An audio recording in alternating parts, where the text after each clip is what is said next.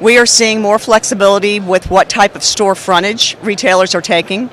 I just walked away from a meeting where a retailer who used to have a minimum of 85 feet of frontage is now willing to take 70 feet of frontage. So that's one great example. Before we go any further, and I'm going to totally break your concentration.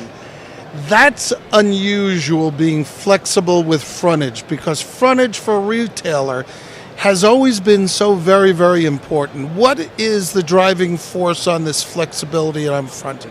That's a great question. The flexibility or I the bet drive. you say that to all the guys.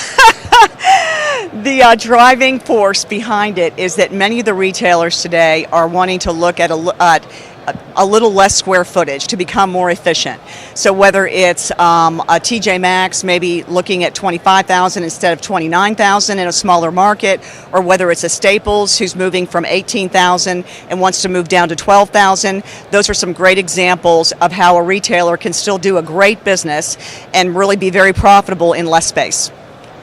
Let's talk a little bit about less space. If you're talking about smaller spaces going from 18,000 square feet to 7,500, you necessarily have less shelf space, you necessarily have less inventory, and less is available for the immediate buy. How are the retailers dealing with that?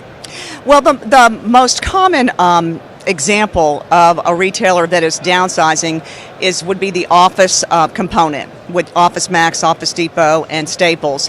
And I think there you're just seeing a changing business platform altogether. I'm not an expert in that business, but I know that they are very dependent on their bricks and mortar and their e-commerce. And I think their business model is changing, and they're just changing with it.